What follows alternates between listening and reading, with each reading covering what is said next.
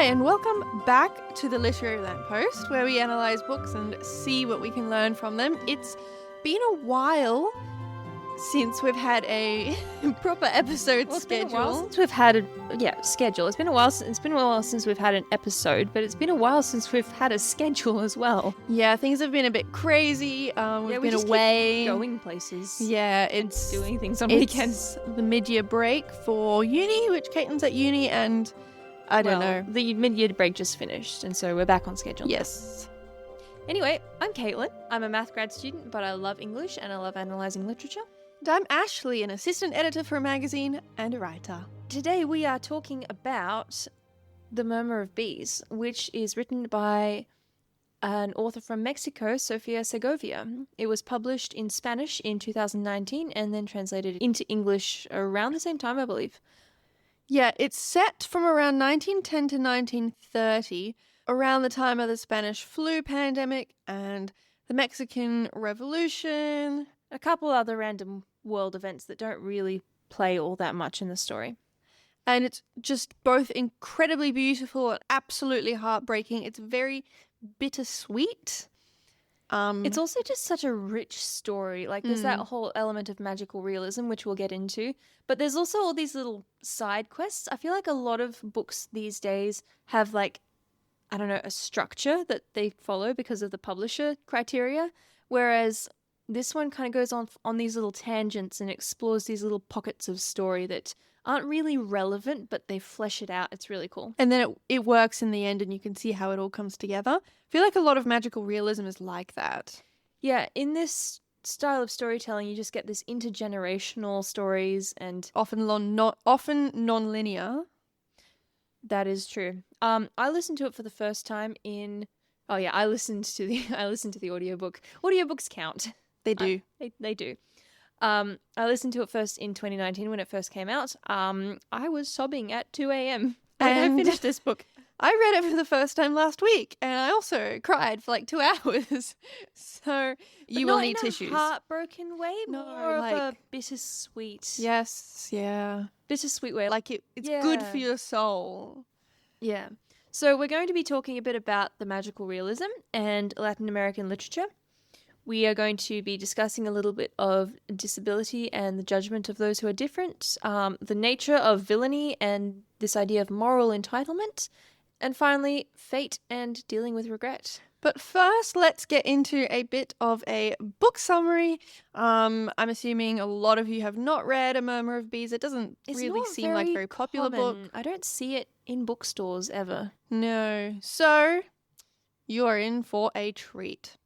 The novel opens with Nana Reja, an elderly woman who's seen several generations of the Morales family. They're a landowning family in early 20th century Linares, Mexico. She sits every day in an old rocker until one day she disappears, returning with a newborn with a cleft palate found abandoned under a bridge, shrouded by a protective swarm of bees. The baby's named Simonopio and is adopted by Francisco and Beatriz Morales. So Simonopio's arrival changes the family pretty drastically. They raise him as their own son despite the community's suspicion and superstition. Simonopio doesn't speak, but he communicates with a swarm of bees, which are always with him as he grows up. And he receives visions, he's able to sense danger, and becomes a sort of guardian for his family, especially his little brother Francisco Jr. Some villagers believe that Simonopio is cursed, while others see him as gifted. While he's still quite young, he has an encounter with Espiricueta, a man who lives and works on the Morales land, and he recognizes this man's hate, learning to hide from it. And Espiricueta's hate kind of becomes a central part of the story. Espiricueta becomes a symbol of evil. He's bitter about the class divide and the loss of his family in the Spanish influenza epidemic. And he becomes part of some pretty pivotal and heart-wrenching plot points. A few other historical events featured in the story are the Mexican Revolution. This deeply affects the Morales family and their workers and highlights the issues of class and privilege, and also the pandemic. And as a side note, it was really interesting for us to read about the pandemic post our own pandemic. And this book was published in 2019. So when I first read it, I didn't know what that would have been like. And now reading it, again, I knew what it was like to have a 3-month isolation and quarantine and all these public safety measures. There was definitely a lot more death with the Spanish flu, and they were so unaware of it. It came upon them so suddenly. That was the difference between them and us, who had so much more access to information and what was going on at the time. So that was interesting. Anyway. So when Simon Pio is 12, his little brother Francisco Jr. is born. They form this bond with Francisco Jr., understanding Simon Pio's unique way of communicating. And the years pass, the Morales family endures some pretty heavy losses, illness, hardship, and the story ultimately becomes like this meditation on memory, with Francisco Jr. looking back from old age, telling the story of Simon Pio and his family's triumphs and losses, and giving us a glimpse into Mexican life of the early 20th century, intertwined with magical elements. So let's start with that. What is magical realism? Magical realism is a genre that emerged from Latin American literature. Gabriel Garcia Marquez, anyone? It blends real life, often highlighting key historical moments and societal changes, with fantastical and supernatural elements, which are just perceived as part of the normal world. So it's not in a separate world. It's very much grounded in our world, but it has this sense of magic woven into it, and it's just accepted as normal by the characters in the book. For example, take 100 Years of Solitude. It's a book where magical realism is in its element, written by Gabriel Garcia Marquez. And my favorite quote from that book is, "He really had been through death, but he had returned because he could not bear the solitude." And it's just, accepted. Oh, he died, but he came back because he didn't like it. Everyone just kind of moves on with life. Something that Garcia Marquez says in 1973, "In Mexico, surrealism runs through the streets. Surrealism comes from the reality of Latin America." I really enjoyed getting to immerse myself in this writing style that was so different from what I'm used to. I think that this is something I've been realizing because, we both speak Polish, and I've read a few books or listened to a few books in Polish that don't exist in English. So Potop, for example, it's called The Deluge. I haven't actually been able to find an English version of it, and it's such an amazing historical novel, but I would not have access to it had I not been able to read Polish.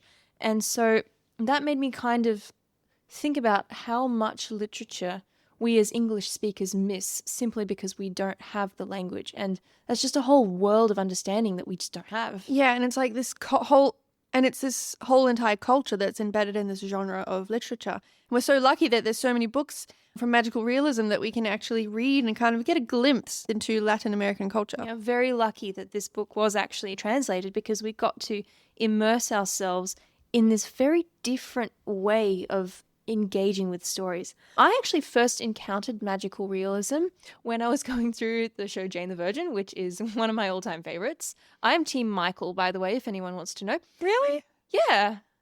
Are you not? I don't know, I'm on the fence. Really? How could you not be Team Michael?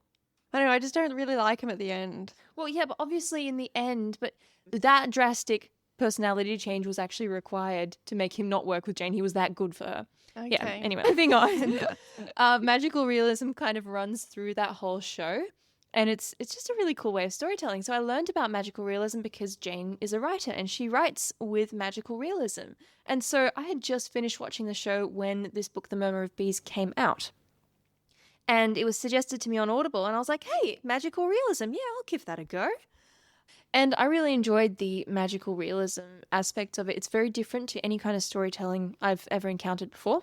The book shifts perspectives, sometimes narrated by Francisco Jr., sometimes third person from Beatriz or Simon Pio's perspective, often going in circles, touching on future events, returning to the past. It's very non-linear. And the author actually references this type of storytelling when Simon Pio has gone to listen to some traveling storytellers. The book says, Simon Pio knew there were stories that one could read in books with black words on white pages. He was not interested in those because once printed they were indelible, unchanging. Each reader had to follow the order of words indicated in those pages exactly, until they each arrived inexorably at the same outcome. Simon Pio had learned that, just as the words of a story told verbally had the freedom to change, its characters, the challenges they faced, and the ending were also free to change. Simon Pio's bees are the most significant element of the magical realism. He communicates with them and understands things from them that others don't. It's just accepted by his family that he has this gift. But he has these visions also, on top of being able to talk to the bees about things that are going on. For example, just before the Spanish flu hits their town, he comes down with a fake illness where he genuinely has a fever, but he's not actually sick, which keeps the family secluded until they realize that the pandemic is spreading, and then they're able to pack up and move to the country, avoiding the worst of the pandemic. He also played a very important part as a child in helping his adopted father make a key decision in how they would farm their land with orange orchards, a decision very heavily influenced by the bees, but which ended up helping his family significantly. There's this quote, it says, "He would have liked to discuss his bees and ask everyone why they didn't hear them, given that they spoke to others too, as they did to him. Had he been able, he would have talked about the song the bees sang into his willing ear about flowers on the mountain, faraway encounters, and friends that had not made it on their long journey home, about the sun that would beat down hard one day but be covered in storm clouds the next." It's so beautiful. So we briefly mentioned about Simon Pio. He was found abandoned under the bridge covered in bees. The reason that he was abandoned is because he had a cleft lip and cleft palate. And a cleft lip together with a cleft palate is a birth defect where the top of the lip and soft palate don't close correctly, and it causes this hole and gap in your mouth. And the two things happen together about 1 in 1,563 births. It can be fixed by surgery, but it is really expensive. And throughout the book, there's this idea by a lot of people in the town that the disability is due to the parents' sin, punishment by God. That's kind of an idea that goes back in religion pretty far. But because of this, Simon Pio can't speak.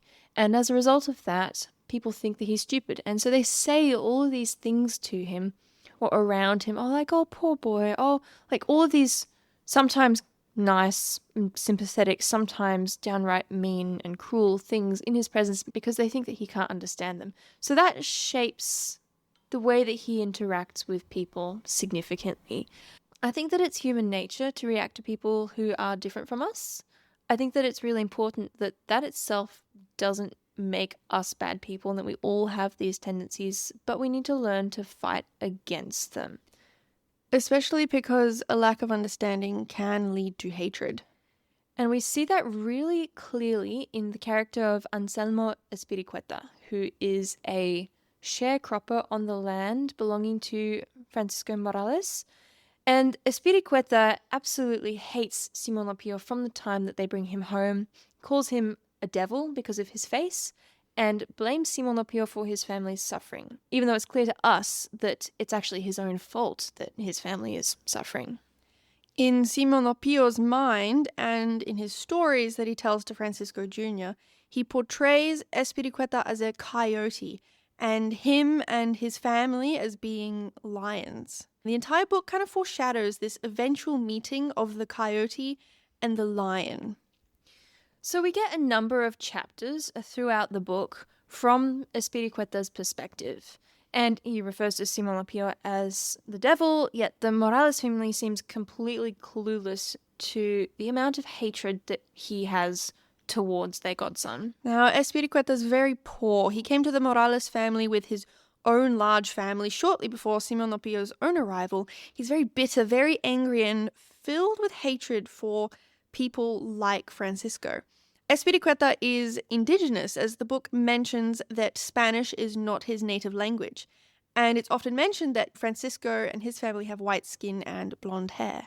So we have these two sides. We have a wealthy family who is incredibly kind and good to their sharecroppers. However, their wealth rests on the backs of people like Espiricueta who work, yet will never be at the same level as the Morales family. So when Espiricueta first arrives in the area, he has this vision where he's free from his past and he can now start over and become a landowner himself. Yet his family nearly starves, and so when Francisco rescues them, he lowers his head and says, "Yes, boss." Yeah, I found that really sad. I feel like that was the moment where his bitterness and hate really started to rule his life, because he realized that he didn't have a choice but to bow his head to someone part of the ruling class. He has this song that he sings to himself later in the book. Now the golden eagle has flown and the finch is chased away. At last the day must come when the mule takes the reins.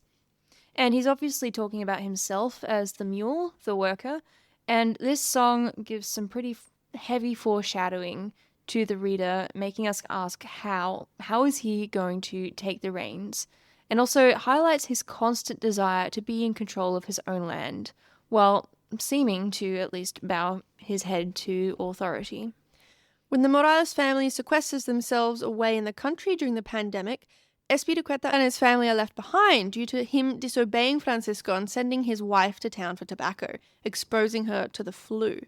As a result of them staying behind, his wife and all his children except 2 die, lending him more fuel for his hate. And he blames Simon Pio for his family's death, even though it's completely irrational. It was his own fault for sending his wife to town, even though he was told not to, and he then hates the Morales family for leaving them behind. This raises the question, how much allowance do you give someone who has this background, who's incredibly poor and disadvantaged, yet experiences these consequences, which in many ways are part of his own choices? He blames the devil, Simon Pio, and Francisco's riches for this, but he's actually making matters worse for himself through all of this. The book says Espiricueta knew what the land he trod every day was worth. It was his. He worked it and deserved it. Espiricueta's violence stems from a feeling that unfortunately is still pretty common today. That feeling that if you've been hurt or disadvantaged in any way, it gives you a right to do it to others. So while I was reading this book, I came across this fantastic video by Stephanie Harrison on Instagram with the handle @StephanieHson. And this is what she says. Moral entitlement is the belief that because you have suffered, you have the right to do whatever it takes to protect yourself, even if it harms other people. First you're harmed, then you have the very natural instinct to protect yourself. But sometimes people start to ruminate on how they have been wronged, which studies show leads to increasing sense of entitlement and selfish behavior. Over time, your identity can start to fuse around this idea of perpetual entitlement, which provides you with a benefit because you never have to think about how your actions affect other people. Eventually, it results in a profound egotism where not only do you struggle to feel empathy for other people, but you don't recognize their pain as real or how you've contributed to it. This becomes even more dangerous at the group level because the harm doesn't have to directly happen to you. If it happens to someone in your group, you can become morally entitled.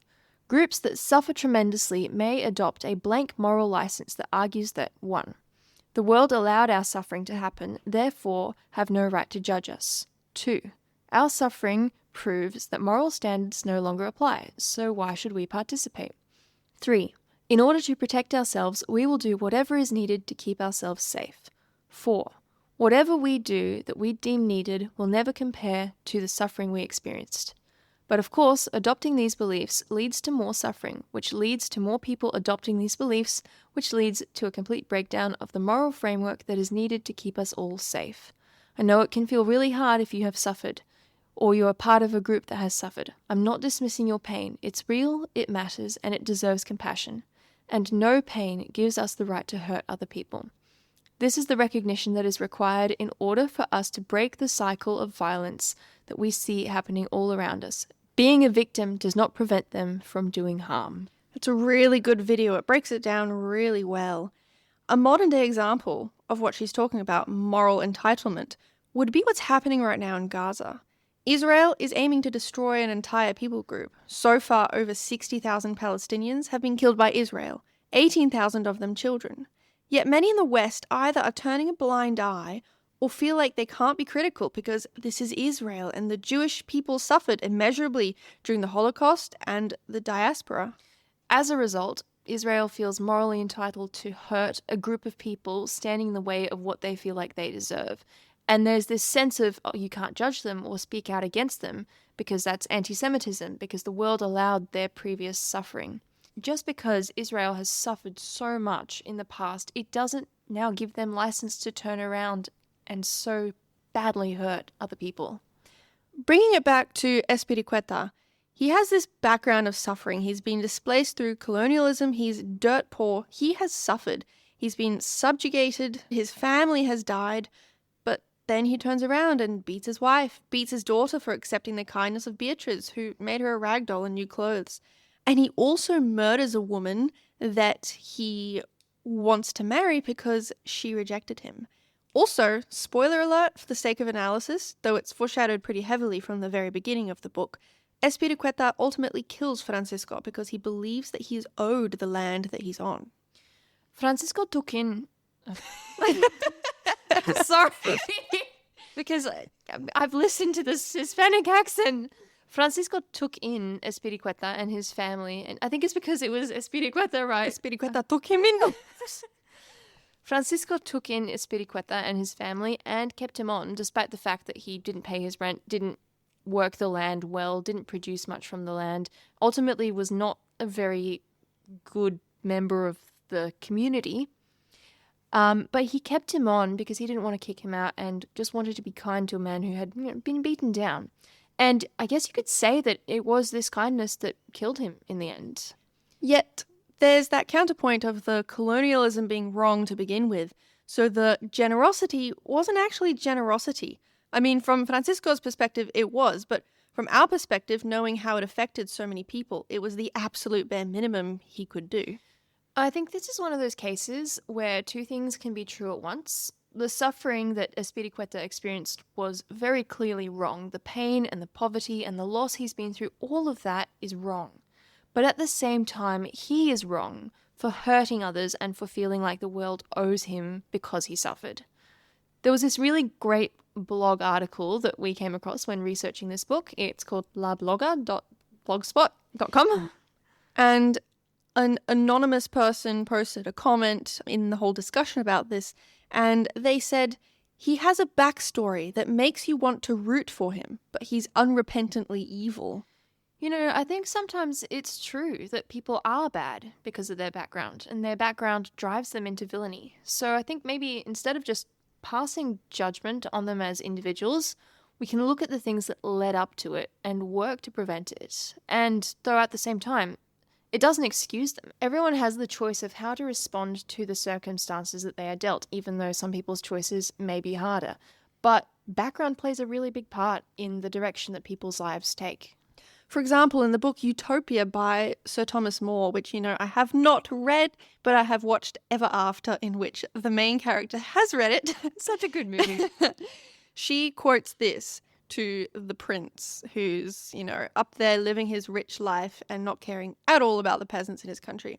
She says, quoting More, "For if you suffer your people to be ill-educated and their manners to be corrupted from their infancy, and then punish them for those crimes to which their first education disposed them, what else is to be concluded from this but that you first make thieves and then punish them?" Damn, that is a really powerful quote and really well summarizes what I was trying to say there. There is, though, this aspect of we have choices about where our lives go, and we are all responsible for making those choices. And so it's not right to say that we are fated to be villains just because we have a bad background. But fate does play a part, and that's explored in this book. The idea of fate is thrown around quite easily in conversation. Oh, it was meant to be, it was fated in the stars, whatever. Yet it's really a thing to consider. Do we believe that what is meant to happen will happen no matter what? Simon Lopillo grows up with this knowledge that one day the coyote and the lion are going to meet, that the hate Espiricueta harbors is going to boil over. And it does. His adopted father, Francisco, dies. And he has this overwhelming feeling, he's 19 at the time, that if he had been there, he could have stopped it. So Francisco dies at the hand of Espiricueta out on the land when it was just Francisco and Francisco Jr., who was 7, who nearly died himself, but was rescued just in time by Simon Lopillo. And Simon Lepio's reflecting and he's thinking life had changed because of his carelessness. So Simon Lepio blames himself because he had promised that he would never leave Francisco Jr. And Francisco's wife, Beatrice, also has to deal with an enormous amount of regret. She didn't say goodbye that morning when her husband left. She was dealing with a household issue, didn't see them off, and she wished she had gone out and said goodbye, that she had just stopped them from going and none of this would have happened. She has this sense of if she had gone to say goodbye, she would have known that something bad was going to happen and been able to stop it. This whole idea, I'm sure that we've all experienced at one point or another. If we had just done something so slightly differently, it would have all been so different. And we have no answers for how to deal with that. You know, all you can do is make the best decisions you can with the knowledge that you have.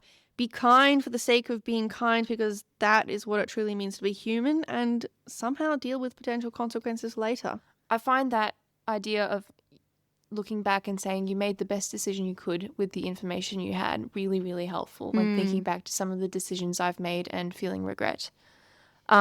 Beatriz goes through quite a bit of a journey after Francisco dies, dealing with this. And the book says eventually that she would not cede a single part of her life or free will to anyone anymore. She would make her decisions freely and with free will. She would banish the fear. She remembered the promise that she had once made to no one but herself. Not even in her old age would she allow herself to become anyone's shadow. So she makes this decision that despite these things that have happened to her, she's going to continue living life and using her agency to make decisions about her life. Ah, yes. Agency. So Beatrice mentions free will, right? And we're talking about fate and free will. I think even in secular conversations, most people are familiar with this idea of free will, that we as human beings have the ability to make decisions about our life. And we're not compelled to make certain decisions by any external forces. But there is this idea of causal determinism in philosophy. It's the idea that all events are determined by something external to human action. It's often used in the argument to say that we don't have free will. Basically, it means that all the little marbles of life, I guess you could say, are rolling in a certain direction and they all impact each other and bump each other in certain ways to where the outcome is pretty much guaranteed given the setup, and there's no way for things to have happened in any way other than they happened. And there's a pretty big problem with this idea because it absolves us of any sort of responsibility for our choices, because if it's going to happen anyway, it doesn't really matter what we do because we're essentially it's an overarching idea that fate controls everything about your life. But it's the fancy philosophy version of that. It's a bit mind-bendy. It is. I do struggle to wrap my head around that. So if you did too, that's okay. Let's just move on. But it's an interesting concept in this book. Simon Lopio has this knowledge of the future, like the weather will be cold tomorrow or his adopted mother is pregnant. Does his knowledge of the future make it fixed and unchangeable? Or are there multiple futures, multiple paths, Yet Simon Lopio just knew certain people would walk down certain paths. Like he knew that one day the coyote Espiricueta was going to hurt his family. It's an interesting exploration of the whole, does knowing the future mean that the future is determined? And we have said a few times on this show that we are believers in Jesus, we believe in God, and that intersects with this whole idea of, can we believe that God knows the future and yet we still have the ability to make decisions freely of our own? And then there's this other idea of, if we believe in a good God, then how can there be so much evil in the world? How can he allow the bad to happen if he is good? And this is a really long-standing question that pretty much everyone who believes in God wrestles with at some point. I'm reading a book at the moment called Theodicy of Love by John Peckham, and I used to think that it was quite simple. If God was all-powerful and all good, yet he stands by, then he actually can't be all-powerful and all good if he could do something about it, right? And I think that's a pretty common conclusion to come to.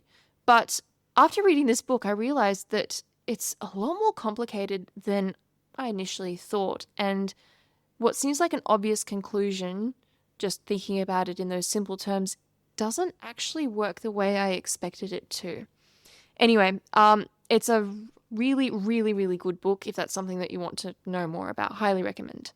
It kind of all goes back to how God interacts with human choice. And there's this really interesting quote from the beginning of the book where Beatrice asks herself, where Beatrice says, "War was waged by men. What could God do against their free will?" Like I said, this is a pretty massive area of philosophy. There's no way we can cover all of it. But if you're up for it, go read The Odyssey of Love by John Peckham and have fun in the philosophical weeds, so to speak. Or you could just pick up a Murmur of Bees and see how Sofia Segovia explores it. And in an end to the Murmur of Bees, that will probably have you reaching for the tissues. Oh, I was definitely reaching for the tissues. Both times. Francisco Jr., as an old man, is remembering and coming to several realizations.